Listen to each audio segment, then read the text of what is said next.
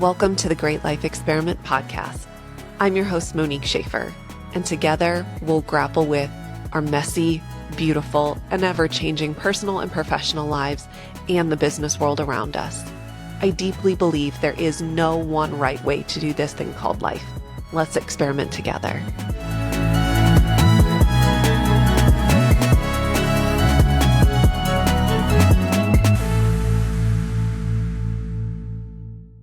Hey friend, welcome to this week's episode of the Great Life Experiment podcast.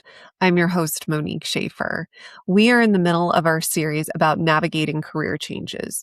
We have talked about negotiating your original compensation, challenging those predetermined rules or beliefs that you think might be possible. We've talked about exits, being proactive if you see the writing on the wall about your exit, how to handle the severance if you're leaving because you're part of a RIF, and also the journey to entrepreneurship.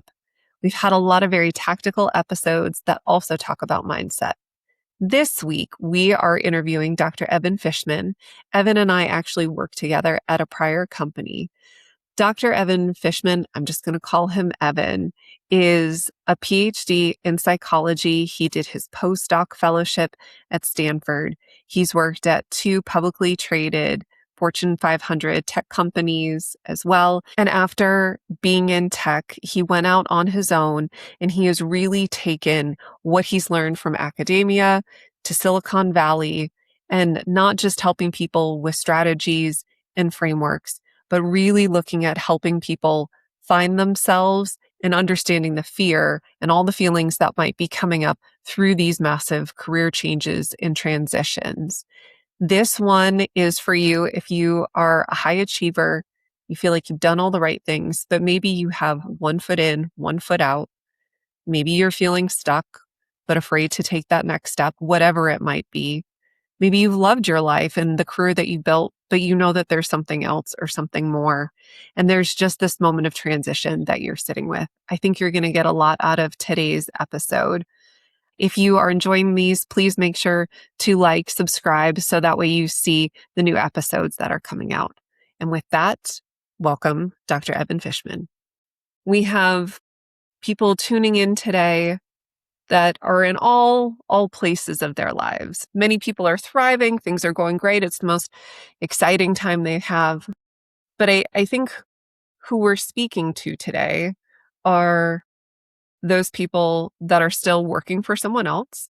And maybe they've been there for a while. Maybe the company's totally changed. And they're in this spot of they either have one foot in, one foot out, that what they're doing is no longer what they want to do. Maybe it was great before and they felt successful and they felt thriving, and then something changed and now it's like, this is not the right thing, but they're afraid to leave, or some feeling, an ache of almost like a grieving process of a life they had that isn't there anymore and is changing.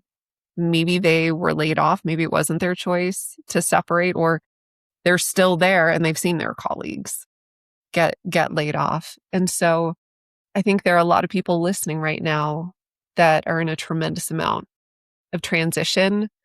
You could call it the messy middle, where something ends, something begins, but there's kind of that messy middle that we talk about.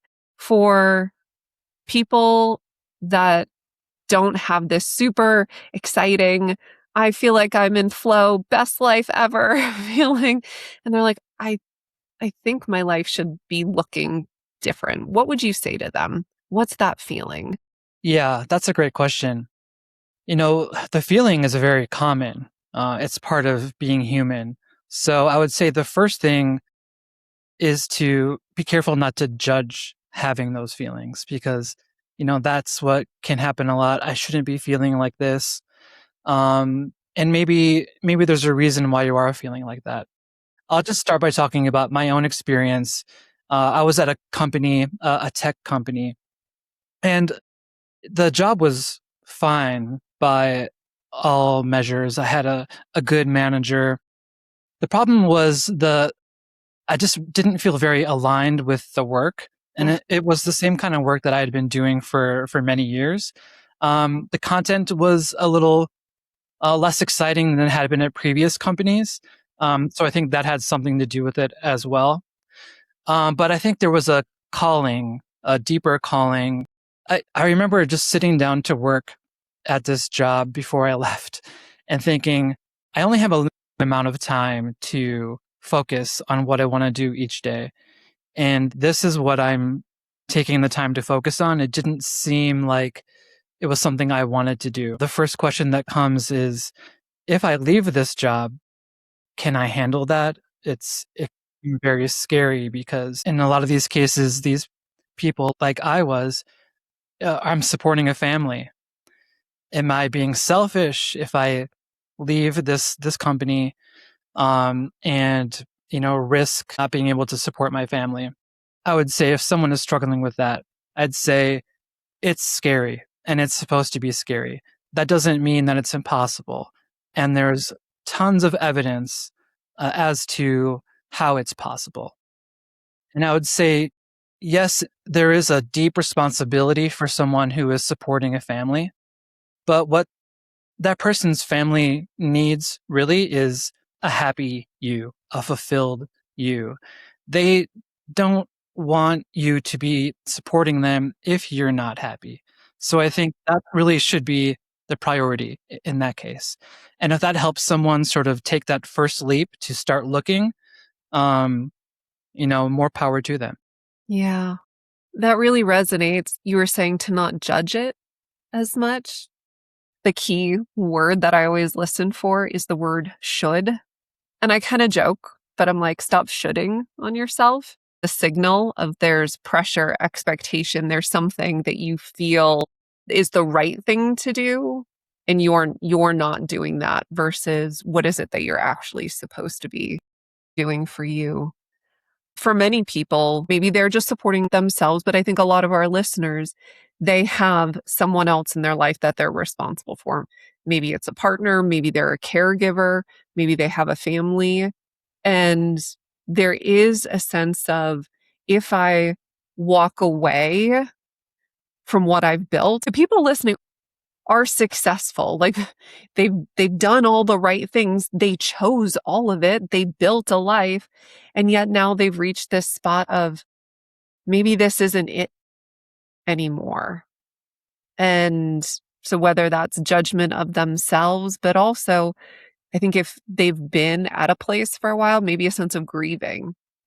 And I don't think that they're actually grieving the place that they're working, but I think they're grieving a lot of other stuff about relationships and then their kind of sense of self, right? So as a psychologist and you've worked at multiple Fortune 500 companies and you work and you coach people as well, can you talk a little bit more about that sense of grieving small death, you know, almost peeling away, falling apart of the life that they had built and what's waiting on the other side. So can we talk about that feeling a little bit that you've researched and what you help your clients with? Yeah, I'd love to. There's something that happens for uh, these types of people that you're describing. I think we would also fall into that category. I like to call them high achievers or whatever it might be. Something happens that when we achieve these things, it becomes almost like part of our identity. And when something happens, maybe we get forced out of that job or we start to realize it's not aligned with who we are anymore. We're not just dealing with the practical implications of it. We're dealing with the psychological implications of who am I? And that is, an ancient question, of course, but it can stir up a lot of grief, as you called it. And I think that's a good way to put it. A lot of my clients do experience that identity shift that comes from realizing that, first of all, trying to achieve something is beautiful. There are so many beautiful things that we can do with our achievement, but there's a limit to what it can do. It can't provide happiness for us. It can't fulfill us. It can put us in a position that's a more comfortable life. But if that is what I am looking for to fulfill me, that job or that status or that identity, I'm not going to find it there. Where are you going to find it? That's a great question. And Do you mind if I tell a story about when I was laid off? Please, I please think it'll do. help. Okay, I think it'll help to explain this. So, yeah, I was at Facebook for several years, and in 2023, I was laid off. So I had dealt with this situation where I really enjoyed being at Facebook for the most part, and losing that job was hard in many ways. And mainly, I think for the reason that we just talked about is that I lost the identity of who I was. I was this person that worked at Facebook. That's how I introduced myself when people ask what I do, and all of a sudden that was lost. I was faced with the question, "Who am I now?" I struggled with that because not only did I not really know who I was anymore, but I was struggling to figure out what I was going to do to support my family and all that stuff. And I remember one night I was sitting on the edge of my bed, just sort of complaining to my wife about our situation, and she said something to me that is very gentle but piercing. She asked me, "When did we stop being enough for you?" Meaning her, our son, our life. I can only describe it as kind of a cracked me open in a way. Over the next several days, I started contemplating that because she was right. Of course, they are enough, but I wasn't experiencing them as enough. And so when I say that the life we're looking for is the life we're already living, that's kind of what I mean is that we're so busy seeking and striving for more that we overlook what we already have and what we already are. Who is Evan Fishman now? And what does it look like feeling like you have enough in your life now? So ground us in you, and then we can go to the conceptual. Yeah, that sounds great. I would say I'm a perpetual work in progress, and I think we all are. What I try to do now is find the joy in the ordinary. I'm constantly becoming aware of my experience versus my thoughts about my experience. Mm-hmm. So, for example, what we just talked about when I got laid off, my wife pointed out very eloquently that I knew that my life was enough, but I wasn't experiencing it. I'd really try to be mindful of experiencing life directly and being mindful that it's up to me how I view what's going on in my life. We're always going to have challenges, but it's up to us to determine how we view those challenges. So that's what I'm working on all the time. And what I find is that when we experience life directly, we can still use our intellect, but what we experience is much more joy in the small things, joy even in the pain, joy in the grief. I try to be mindful of as I go about my life. Yeah. Given your background being a psychologist and while you're a researcher in a tech company, I would suspect getting back to that part of you that loves connecting with people and the human experience as well, your own, and then also having space to connect with people about their human experience in a non monetized way of how are you going to respond to this screen, this workflow, kind of amplifying the human connection. I find it is the ultimate question, who are we?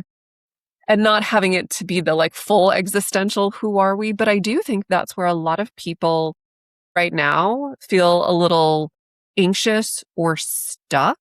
It's like, okay, I know I need to leave. I want to make a transition to what? And they can articulate everybody else's value proposition, myself included. I can tell you why I think you're amazing. I can pull out all the threads. Like my gift is synthesizing lots of information and distilling it. Like that's what I do well. For myself, I couldn't write a value prop for myself if my life depended on it. And the amount of times it's like, okay, so what are the skills that define me besides the job? People go and they look at, okay, create a resume, do a pitch. What's your elevator pitch? And it's it triggers that core, who am I? What do I want to be? And how do I talk about that if it's not in the context of a job, especially if people are looking to pivot as well. Did you encounter that when we just talked about when you had the involuntary separation from a company, but you chose to leave the corporate world and go out on your own. Did you have to wrestle with the who am I? Like, what is my value? How do I talk about me and bring to the world if it's not grounded in a tech company? Did you wrestle with that?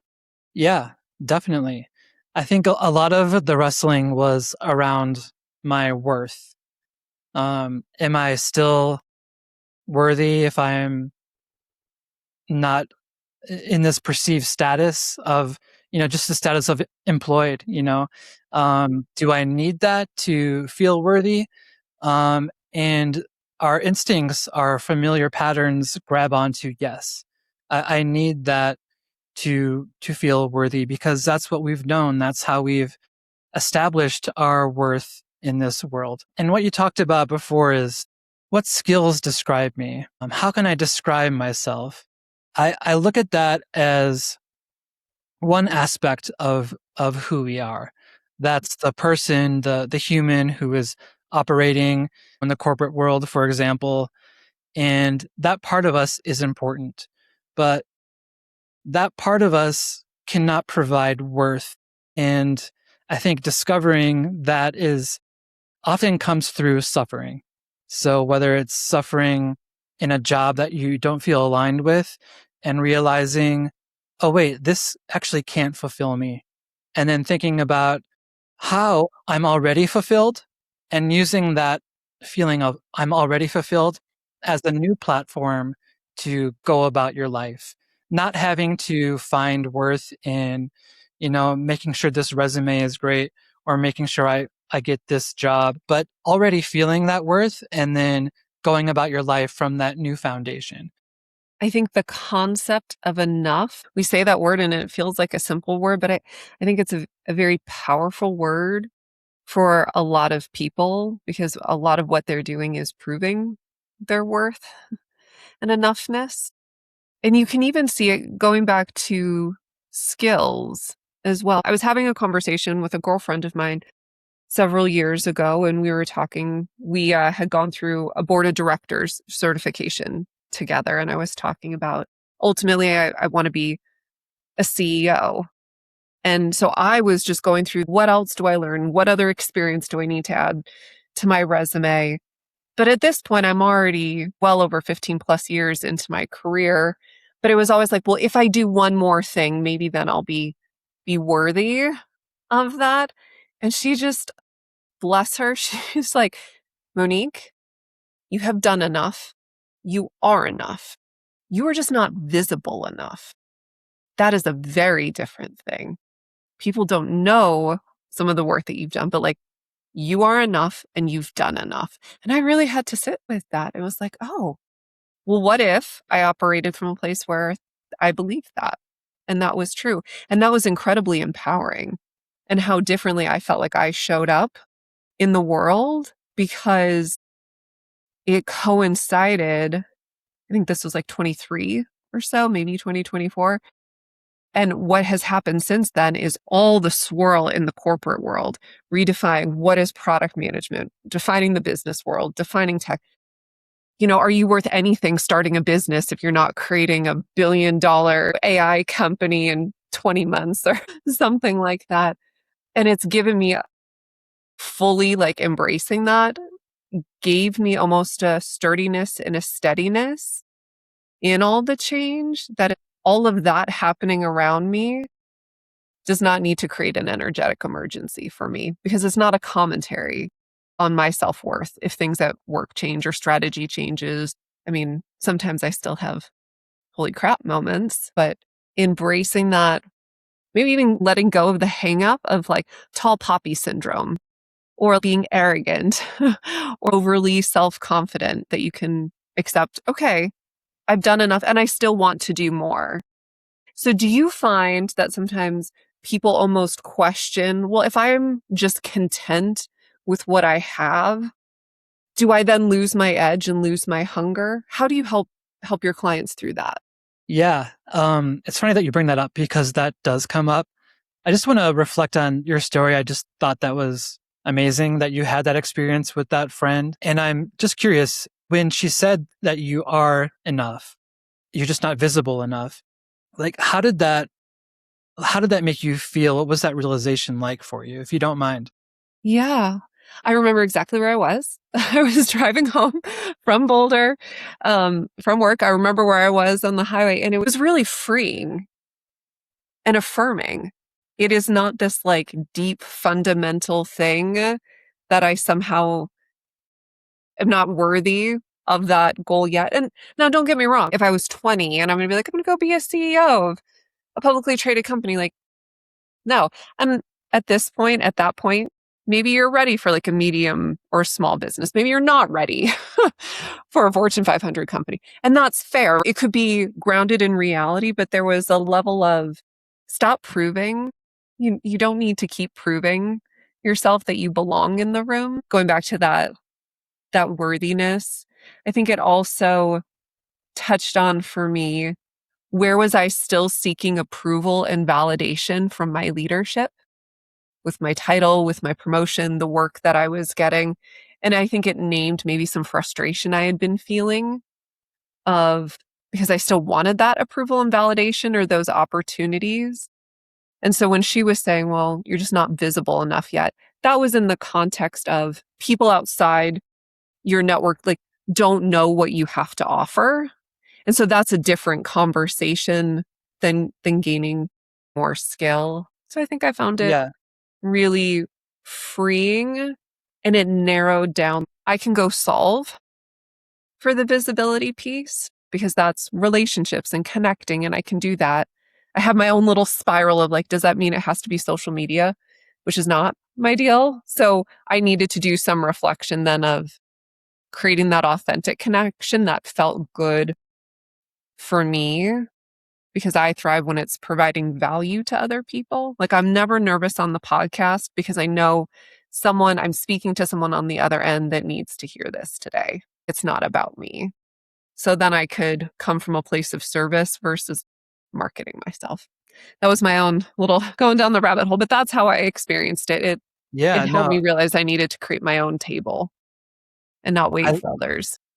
I just want to bring that up because, I have the pleasure of knowing you a little bit, especially in the corporate context. And and you're highly capable. That was my experience with you. So I want people that are listening to know that, the people that they're working with, that they see, maybe they admire, maybe they wish to aspire to, are still struggling with the same stuff. Mm. And I wanted to point out that maybe what your conversation did for you, maybe that on some intellectual level, you knew that you were capable of starting whatever you might want to start, but something about that conversation helped you actually feel it, experience it, and inhabit that state of capability. And I think those two things, knowing about it and actually feeling it, are different. They're both important, but we often overlook the power of living it. So, Yeah. yeah. And I love that framing of the knowing versus experiencing. It was actually one of the reasons for the name of the show, Great Life Experiment. One, I will be a perpetual recovering perfectionist. And so it gave me permission that it didn't need to be perfect. But I also felt there were so many people that were getting stuck, and myself included at times in my life, that I tried to just figure it out intellectually. And if I thought about it enough and I had the right models and I planned it enough, that then I'd be ready to do the next big thing, or I could think my way through it. And it was through my time in product, as cheesy as that can sound, like the product thinking of, okay, let's understand the space. What's the problem we're looking at? And then what are possible solutions? And there can be multiple, there isn't one right answer, but you're not gonna know until you test and experiment on some of those key assumptions. And so for me, even the naming of the show created that space and permission of you have to get in there in low stakes ways. Maybe people have a higher risk tolerance.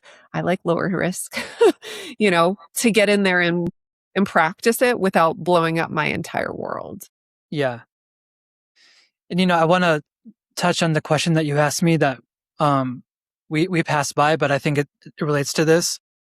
A lot of people, you mentioned, sometimes feel that if they, I don't know if this is the right way that you framed it, but if they acknowledge that they haven't enough or are enough, they feel like they're going to lose their drive.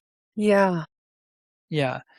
And that's a very common thing, especially for those who are driven by mental effort, by their intellect, to feel that admitting that life is good is somehow dropping the ball or losing their edge. Mm. But I'm here to tell you, if you are this person, admitting life is good is not a defeat. It's actually a stepping stone for something greater, for new opportunities to meet you and for you to accomplish greater things.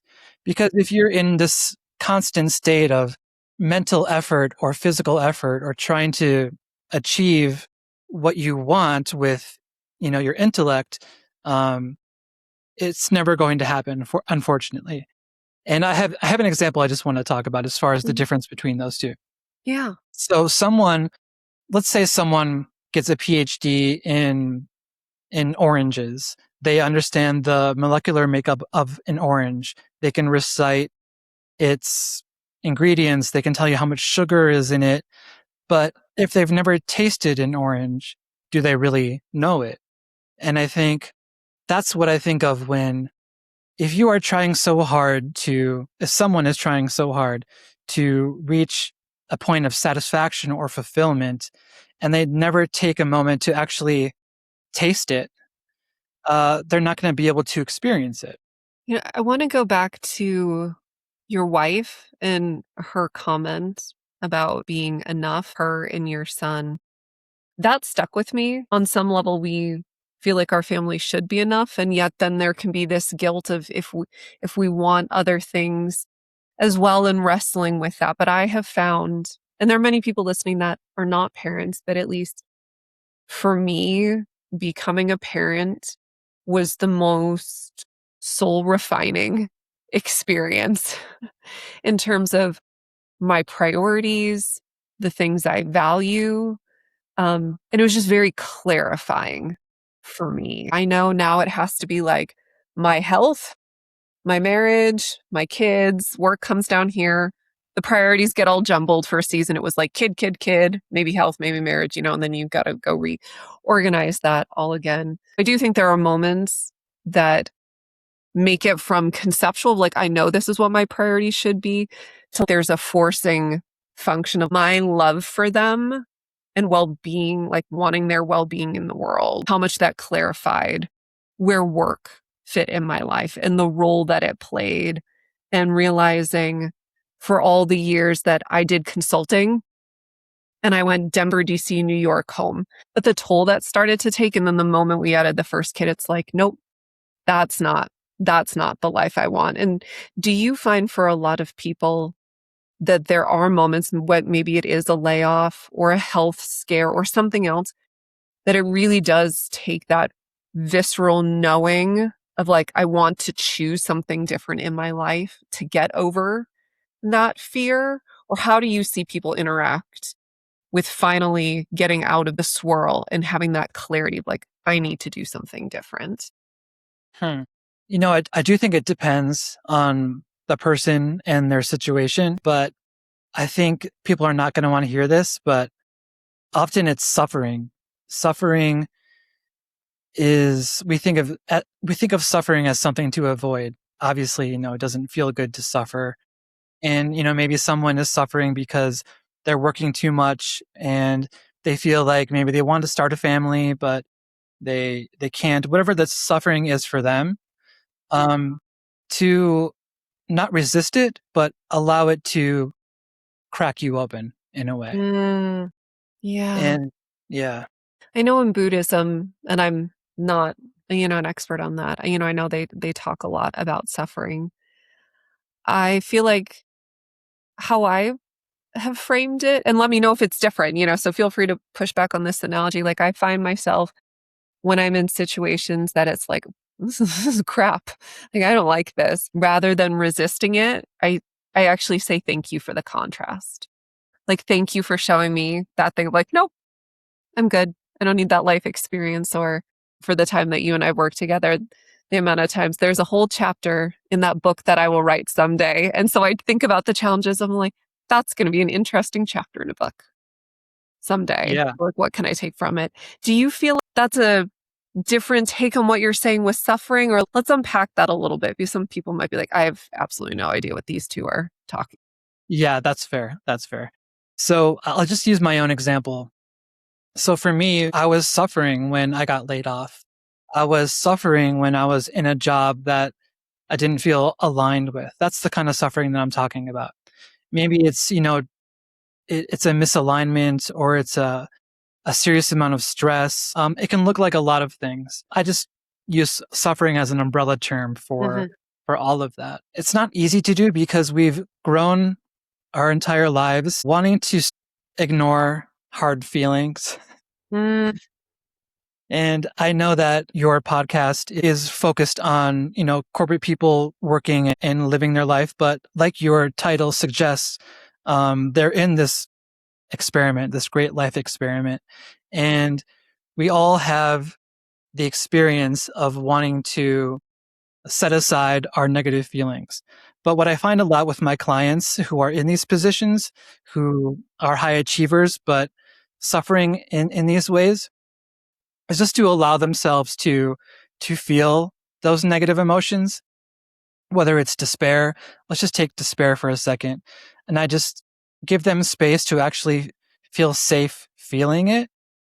And what they discover is that this doesn't break me. This doesn't annihilate me. Actually, there's a lot of beauty in this despair that I'm feeling. And then they start to develop an emotional fluidity of sorts.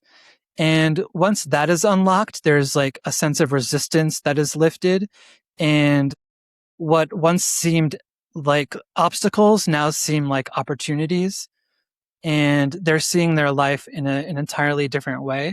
yeah. So what's happening in that moment in talking through it and saying it out loud?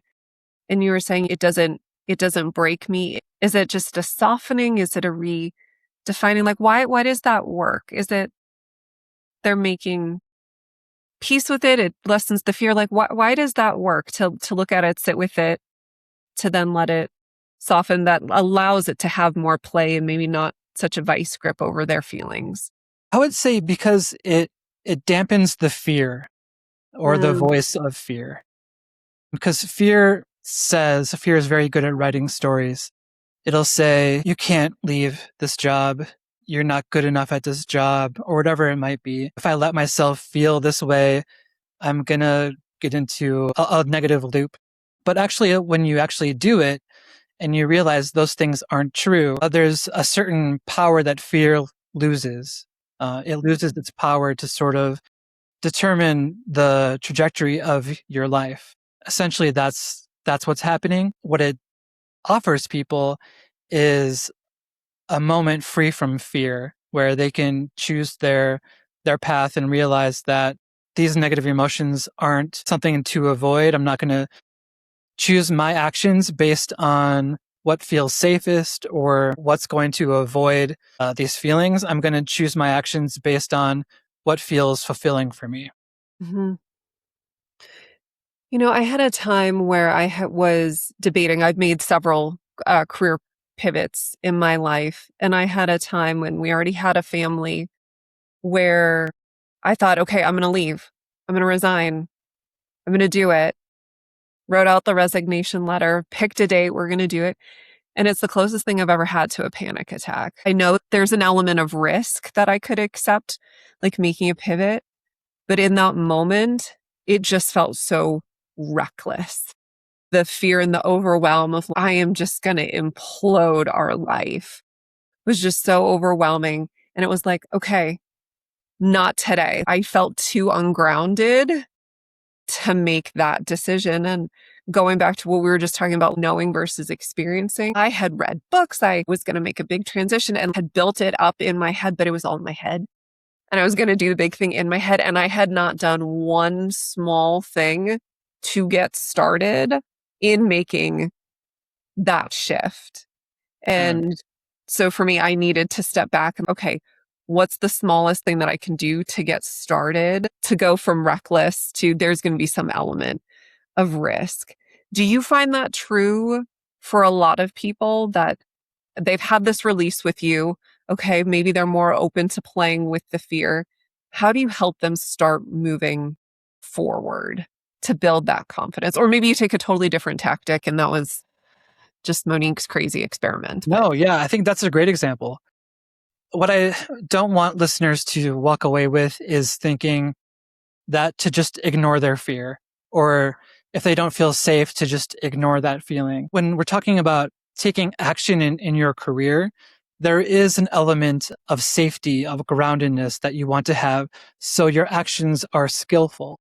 What I'm talking about is surrendering to the emotional and mental part of the journey that is sort of holding you back in a way. And so that often does look like fear telling stories. And so we just acknowledge it and we understand that's part of life. And then we get to a point where we feel safe enough to take skillful action, whatever it might be. And I think, the word you use, grounded, is a great term. Um, and having that emotional fluidity is a great way to start feeling grounded. mm-hmm. Okay, so maybe we can kind of end with some rapid fire. We were just talking about the stories that people are telling themselves. Maybe that's just like the voice they hear in their brain and they're not even observing their thoughts yet. The thoughts are just there. So maybe let's go through and talk about maybe what might be some stories people might have playing right now and either a kind of quick reframe or something they can do if that's a story.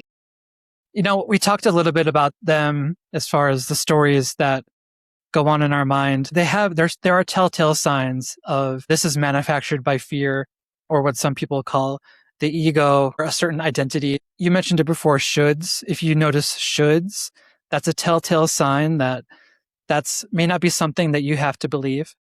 Mm-hmm. If there's absolutes, there's no way I can do this. I'm never going to be good enough. Those are telltale signs as well. These stories come a lot with interpersonal stuff. This Yeah. person doesn't like me, or this person thinks I'm not capable of doing my job. Those are the kind of things that if you are able to start recognizing them, and everyone can do this, everyone can start observing their own thoughts. Yeah. And when you hear those types of things, just make a note that, do I have to believe this? And once you start doing that, you start to understand that, like you said, there are different ways to view things. So there are more unhealthy ways to view things, which are just believing these stories are totally true, or having more adaptive mindsets. And this is where psychology shows us that there are obviously different, more positive and negative ways to view things. But this is really where people get unlocked. It's not just preferring or trying to use the positive or more healthy perspectives. It's understanding that it's up to me to determine how I see this, how I see the world, how I see this certain situation. And when they start to realize that it's up to them to determine their outlook, there's a certain sense of autonomy that comes with that. I call that cognitive autonomy. When people realize that they have that sense of freedom, it really comes rushing in. For that person that's saying, I can't do this because I don't know how yet. I'm afraid of talking to my boss and negotiating. I don't know if I could replace my income. I don't know that I would want to be visible with the business because I hate social media. To help people, do you encourage people to reframe it in the opposite? What if that wasn't true? What if I believed that I could make money? What if I believed I could promote my business in a way that felt aligned for me? What if? Do you find that that's a helpful reframe or maybe help give people like one thing they can walk away with today to actively start to switch and start playing with those fears? Hmm. You know, I think most psychologists or people in this space might say, here are some ways to reframe these negative thoughts. And that might be a good first step. But I find it easier to just go directly to just looking at the thoughts without judgment. Those thoughts can feel insidious if we find ourselves able to simply observe them. We start to gain a distance from them, that we start to think, oh, these thoughts, they might not be true. These thoughts might not be me. And so going back to our existential question, who am I? I feel like we have to wrap it up here because we've We gotten totally here. do. Yeah. So who am I? So there's one aspect of us that has never changed since we were born. Our thoughts change all the time. Our bodies change. So how could those really be who we are? Our emotions change. How could those really be who we are? There's one thing that hasn't changed and never will. It's that part of us that is observing the world. That part of us that I just talked about, that is observing our thoughts. That's what I think of as really me. And who am I if I'm not the one experiencing the world? As humans, we love to identify as something. So if you have to identify as something, identify with that aspect of you that has never changed and never will. The part of you that is observing and witnessing and experiencing the world. Mm. And with that, I think we'll wrap today. Dr. Evan Fishman, thank you for having been my colleague. Thank you for being brave and taking your leap, putting this out in the world and helping more people navigate their own transformations, changes. So thank you. Yeah. Well, thank you, Monique. It was such a pleasure speaking with you and seeing you, and I really appreciate it. Thank you for tuning into this episode today. And remember, friends, there is no one right way to do this thing called life. I hope you found this conversation valuable. Please make sure to follow and subscribe on Apple Podcast or Spotify or wherever you may listen. And it would mean the world to me if you went and you clicked on rate the show and left a 5-star rating to help other people find these conversations. Until then, friends, keep experimenting. Talk to you soon.